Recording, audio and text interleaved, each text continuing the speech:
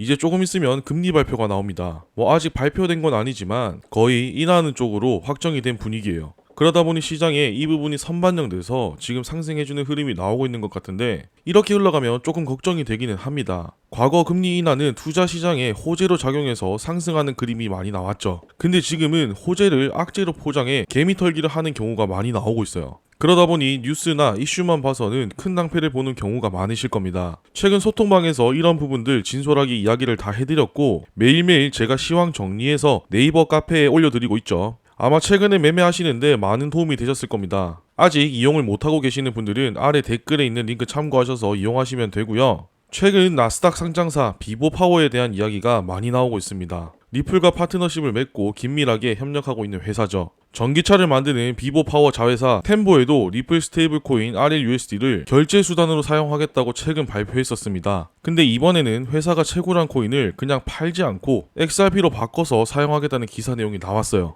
근데 더 주목을 받고 있는 건 그 과정에서 최대 65%는 싸게 XRP를 확보했다는 점입니다. 지금부터 이게 무슨 말인지 이해하시기 쉽도록 하나씩 풀어서 설명을 해보도록 할 거고요. 본격적으로 시작하기 전에 아직 구독, 좋아요 누르지 않으신 분들은 잠깐 시간 내셔서 한 번씩 눌러주시고 알림 설정까지 해두시면 제가 올려드리는 영상에 대한 소식을 보다 빠르게 받아보실 수 있습니다.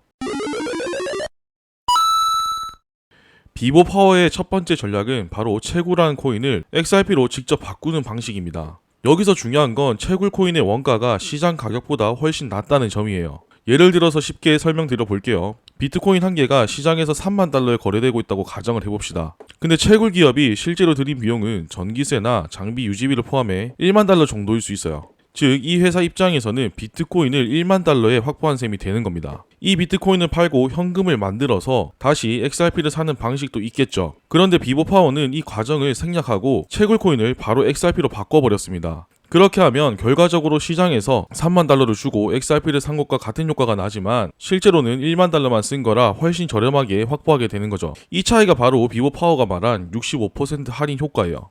쉽게 말해 같은 XRP를 확보하는데 드는 체감 비용이 절반 이상 줄어든 겁니다. 물론 이런 효과가 나오려면 몇 가지 조건이 맞아야 합니다. 전기료나 장비비가 낮아서 채굴 원가가 충분히 쌓여야 하고, 비트코인이나 라이트코인, 도지코인을 XRP로 교환해줄 상대방이 있어야 합니다. 또 교환 조건이 합리적이어야 하고, 교환하는 동안 가격이 크게 흔들리지 않아야 의미가 있습니다. 이런 점들을 감안하더라도 비보파워 입장에서는 채굴 코인을 현금화하지 않고 바로 XRP로 교환한 게 훨씬 효율적인 선택이었던 겁니다. 즉, 같은 돈으로 더 많은 XRP를 확보할 수 있는 구조를 만든 거예요. 비보파워가 XRP를 확보하는 두 번째 방법은 리플 비상장 주식을 매입하는 전략입니다. 지난달만 해도 1억 달러 규모의 리플 주식을 사들이겠다고 발표했죠. 비보파워가 매입하려는 비상장 주식의 가치를 XRP로 바꾸면 당시 시장에서 거래되던 가격보다 무려 86%나 낮은 수준으로 지분을 확보하는 효과가 있었습니다. 쉽게 말하면 시장에서 1달러짜리 XRP를 사야 하는 상황에서 비보파워는 0.14달러에 해당하는 가격으로 확보한 셈이라는 거예요. 이건 기업 입장에서는 평균 매입 단가를 크게 낮추는 효과를 동시에 얻을 수 있다는 의미입니다. 앞서 설명드린 채굴 코인 전략과 이 비상장 주식 매입 전략을 함께 쓰면 전체적으로 XRP를 장기적으로 확보하는 데 드는 비용을 최소화할 수 있는 거죠. 또 한 가지 중요한 포인트는 이 과정에서 리플과의 관계가 더욱 가까워진다는 겁니다. 단순히 XRP를 보유하는 게 아니라 리플이라는 회사의 지분까지 확보한다는 건 단순 투자자가 아니라 전략적 파트너로서 자리매김한다는 의미로 볼 수 있습니다. 물론 아직 실제로 얼마나 많은 물량이 거래될지, 어떤 조건으로 최종 체결될지는 공개되지 않았습니다. 하지만 한 가지 분명한 건 비보파워가 XRP와 리플을 기업 재무와 사업 전략의 핵심 자산으로 다루고 있다는 사실입니다. 지금 비보파워는 확보한 자산을 어떻게 활용할지, 또 어떤 파트너와 함께 생태계를 확장할지에 대한 전략을 세우고 있는데, 이 부분이 사실상 더 중요할 수도 있습니다.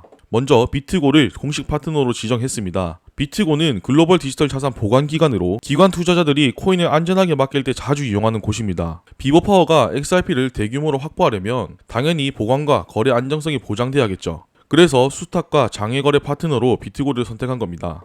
다음은 플레어와의 협력입니다. 플레어는 리플이 지원하는 블록체인 프로젝트인데, 비보파워는 이 네트워크를 통해 자산을 들고만 있는 게 아니라 활용해서 수익을 만들어내고 있습니다. 이건 확보한 XRP를 그냥 묵혀두는 게 아니라 운영 자산으로 굴린다는 의미죠. 또 비보파워의 전기차 자회사인 템보는 리플의 스테이블 코인 RLUSD를 결제 수단으로 도입한다고 발표했습니다. 이건 굉장히 상징적인 포인트예요. 단순히 금융상품이나 거래소 안에서 쓰이는 게 아니라 실제 산업 현장에서 결제로 활용된다는 거니까요. 예를 들어 앞으로 템보 전기차를 구매하거나 관련 서비스를 이용할 때 RLUSD로 결제가 가능해질 수 있다는 거죠. 마지막으로 도플러 파이낸스와도 협력하고 있습니다. 여기에 약 3천만 달러 규모의 XRP를 투입해서 기관 전용 수익 프로그램에 참여했는데, 이건 비버파워가 XRP를 보유만 하는 게 아니라 운용 자산으로 활용해 실질적인 수익까지 만들어내고 있다는 걸 보여줍니다. 정리하자면 비버파워는 보관, 거래, 활용, 결제까지 전 과정을 파트너십으로 묶어서 XRP 생태계 안에서 실질적인 활동을 만들어 가고 있습니다.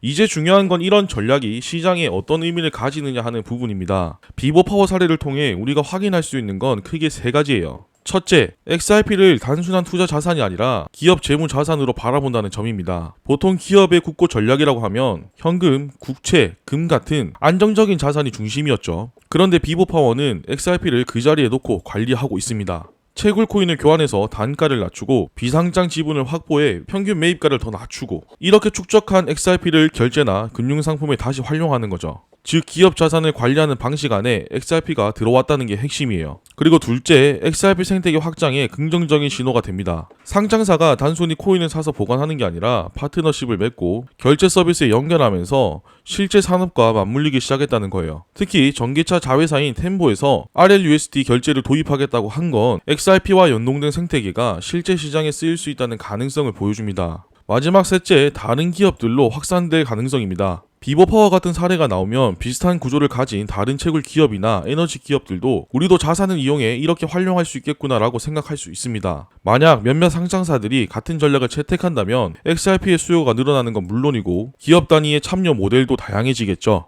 지금 계속해서 비버파워 이야기가 나오고 주목을 받는 건 XRP가 기업 자산으로 인정받고 활용되는 시작점일 수 있기 때문입니다. 그래서 이번 사례가 시장에서는 생각보다 중요한 의미를 가지고 있어요. 자, 그럼 앞으로 우리가 어떤 것들을 지켜보고 있어야 하는지 정리를 한번 해보겠습니다. 첫 번째는 비버파워의 전략이 실제로 얼마나 확산될지입니다. 이번 사례는 채굴 코인을 활용해서 XRP를 싸게 확보하는 모델인데, 비버파워 말고도 전 세계 채굴 기업들이 많습니다. 이 기업들이 비슷한 방식으로 재무 전략을 짠다면 XRP 수요는 더 커질 수밖에 없어요. 그리고 두 번째는 리플 비상장 주식 매입이 어느 정도까지 진행될지를 봐야 합니다. 지금 발표된 건 1억 달러 정도 되는데, 이게 실제로 마무리되면 비버파워는 XRP뿐만 아니라 리플이라는 회사 자체와도 연결되는 거예요. 즉 기업과 직접 얽히는 관계가 되는 거죠. 이게 다른 기관 투자자들에게 어떤 시그널로 작용할지도 중요한 포인트입니다. 세 번째는 RLUSD 같은 실제 사용 사례가 현실화될지입니다. 특히 템보에서 결제 수단으로 도입하겠다고 한 부분이 실제로 구현된다면 스테이블 코인이 단순 거래소 안에서만 쓰이는 게 아니라 전기차 같은 실물 산업에 바로 연결되는 사례가 되는 겁니다. 이건 XRP 생태계 확장에 있어서 굉장히 큰 의미가 있어요. 결국 우리가 봐야 할 건 기업들이 XRP를 실제 재무 전략 안에 얼마나 끌어들이느냐, 그리고 또 하나는 이 자산이 실제 산업 현장에서 얼마나 쓰이느냐, 이 두 가지를 지켜보시면 됩니다.